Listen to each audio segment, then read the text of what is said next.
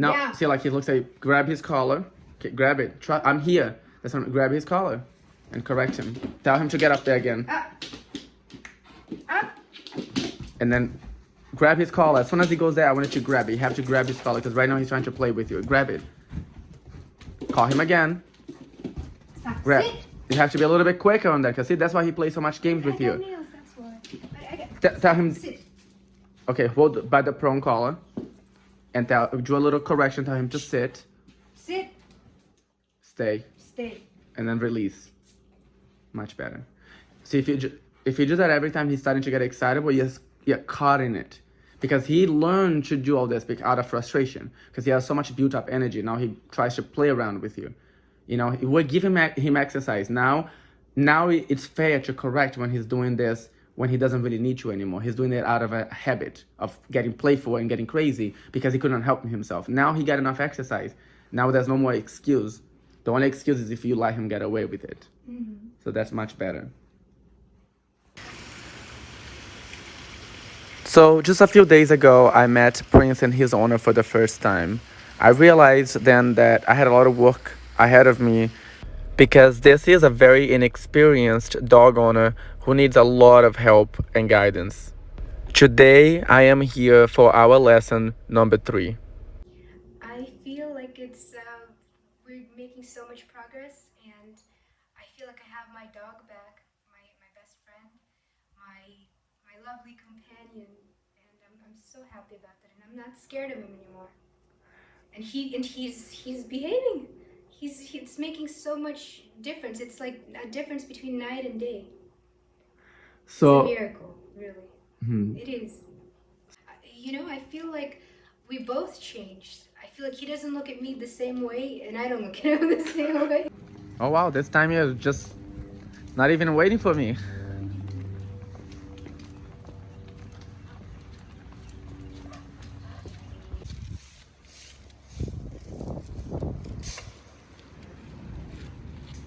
So much better. Like, see how he's paying attention to your steps. He's not trying to pull you. So we're gonna test you. I'm here.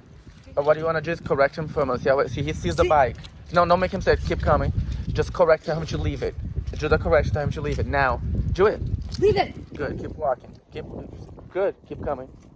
And whenever he's staring at the bike, you're gonna do that again. Do it again. Do it again. Okay.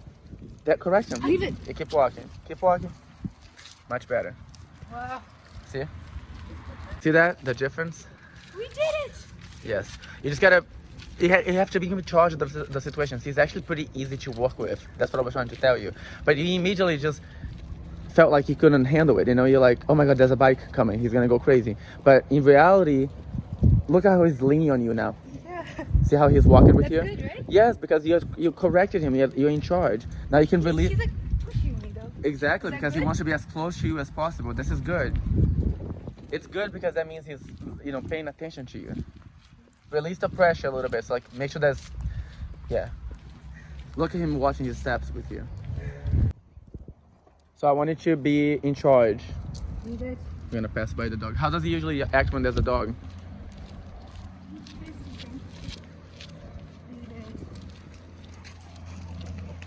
Very good. That was very, very good. Even with all the dog's excitement, he didn't try to feed off of that. I'm so proud of Prince. But see, keep him in check at all times. See how now you have a really loose leash. He's very leaning on you. He's respecting you. If you stop and tell him to sit, let's see what he does. Sit. Sit. So first you stop, because see how he said it that really fast and he wasn't paying attention. So usually stop, you do like signal to the dog that are gonna give them a command. Because right now he thinks he's just walking. Tell him down. Down. Down. Down. So when you, hold on, with your tone, there's distraction, he's looking over there. You're gonna go on his side and, yes. Just like that. And watch your tone, you're gonna be firm, but don't be like, almost like you're panicking, like down, down, just be like down, like just a firm command. We're gonna repeat that in a second. Let's do it again. Sit. Sit. Down. Much better. Because dogs, they follow body language really well. So when you just say down out of the blue, he doesn't even know you're talking to him. They don't have enough time to know you're talking to them. So usually get their attention first. It can be like a little snap of your finger like this, or like, hey, Prince, and then you give them a command. See, when I do that, he immediately looked at me. So do that one more time, like a sit and a down. Sit. Down. Good. Like give him a second to do it first because they're saying like twice. Say sit firmly after you get his attention. Let him do it. Give him a second because I think he will do it with one command. Sit.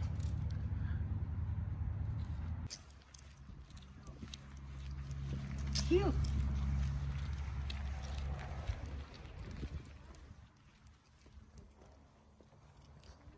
You see how he's looking at you and he's like leaning on you? Usually what does he do when you go by kids like that? Oh, he jumps. He just jumps for an attack. He leaps.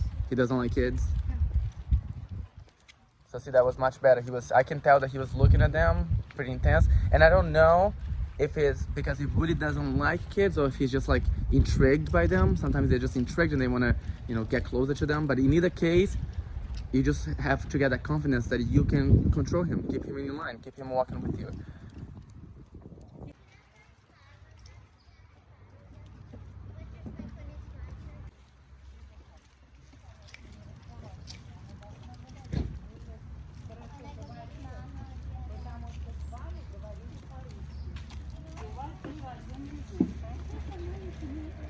So today is day 3, and I'm proud that you have walked him, and you have I see a huge difference in his demeanor today. There's no whining. He's not throwing himself on the side. He's not like trying to reposition himself. He's a lot more relaxed than every other time. So there's the 3rd time today, way more relaxed, and that's because why? You walked him today. So this is the first time since I have met you guys that you have actually walked him, and there's a huge difference. There's a lot more content just laying here, and that just goes to show you the more exercise he gets, the calmer he's gonna be. So he's not gonna be lashing out at you. There's a completely different side to the story with a dog that comes from those bad genes and bad environment, and then one that just gets away with everything, and then has any type of poor bad training, and that's what I see with him.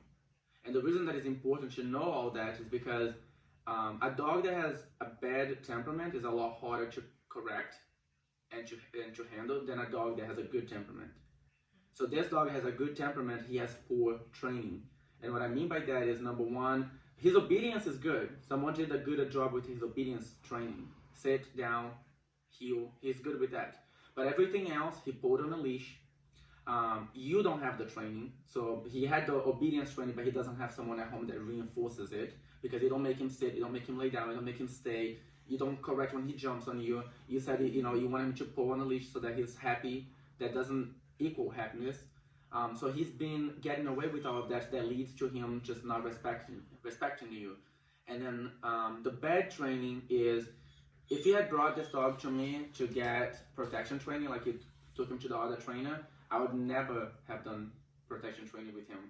So whoever did protection training with a fearful young Doberman and an owner who is not experienced to even handle him just at home, we cannot even do regular, pet training with him, basic obedience.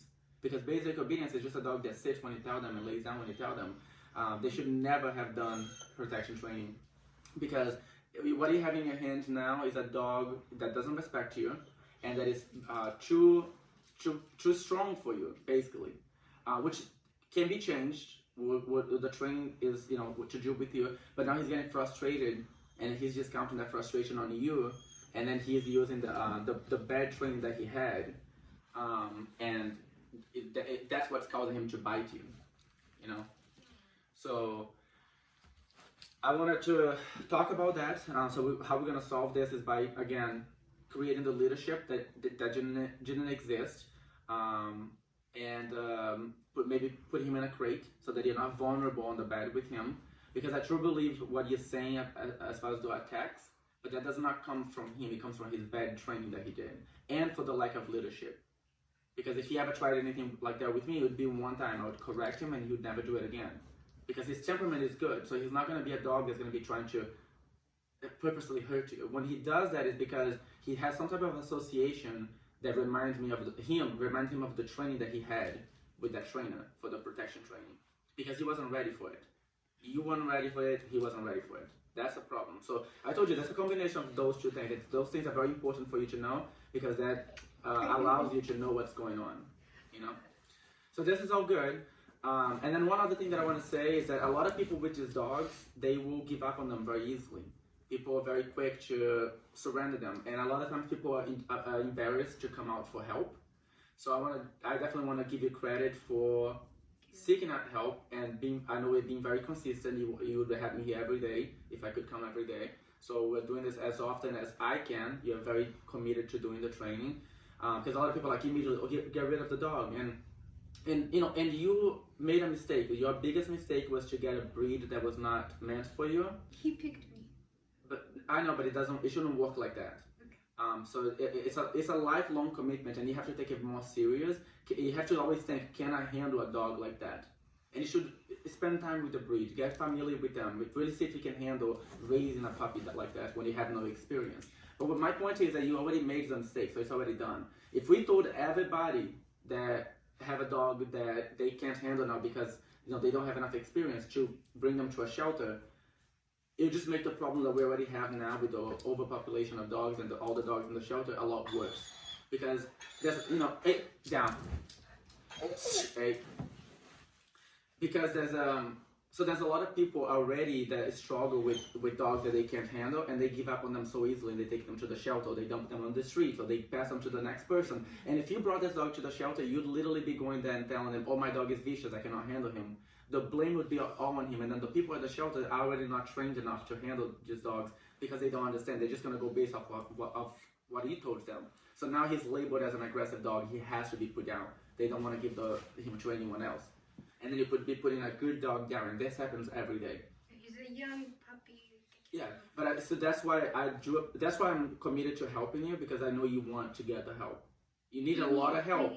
You need a lot of help, but you are committed to it. A lot of people are lazy; they don't look for help, and sometimes. Oh my God! Sorry, that got all over your face.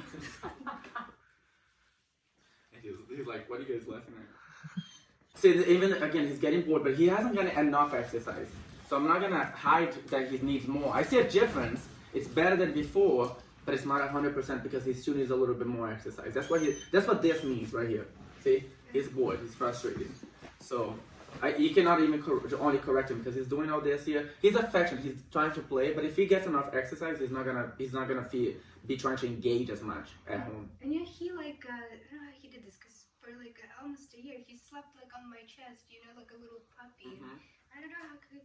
Well, I just told you. I mean, you do know why now, because he's like I said, he got away with a lot of things that you didn't realize was a problem. Pulling on a leash, letting him jump on you, not reinforcing commands, not giving him enough exercise, and then over time it just builds up, and then he did the bad training with protection training, which you didn't know better. The trainer should definitely have told you not to do it. It reflects bad on him, because if I had done protection training with him and this would have been happening, this wouldn't happen. I know. No, it wouldn't happen. But if he did, you would tell everybody. Oh, you could tell anyone, and they would be, telling that I'm very irresponsible for doing that. So that was very irresponsible on the trainer's part to do that, because anyone can look at you with him and know that you're not ready. As a professional, I would know immediately when you walked in that you would not be ready to handle a protection trained dog, because it takes time for you to accomplish the training fully. So in the middle ground, there's a lot of bad things that can happen, and you're not ready to handle a dog that has that mentality that they should be attacking anyone, until they're fully trained. And even then, the handler has to know how to handle those dogs. He was little. Grab the prong collar and you can take. No, you're gonna take off the prong collar. I don't know how to take it off. You don't know how to take it off? Then I'm gonna show you. Squeeze the link off. So you get over here and squeeze it off. Pick one of them. Do this one here, and squeeze it off. Press over here with one hand. Here. You're gonna hurt him, and it's gonna. It's not gonna hurt him. Here. Right hand over here, and your left hand, you're gonna squeeze this out. You're gonna squeeze it hard till it comes out like this. When you're gonna put it back, you're gonna squeeze it again, and put it in there like this.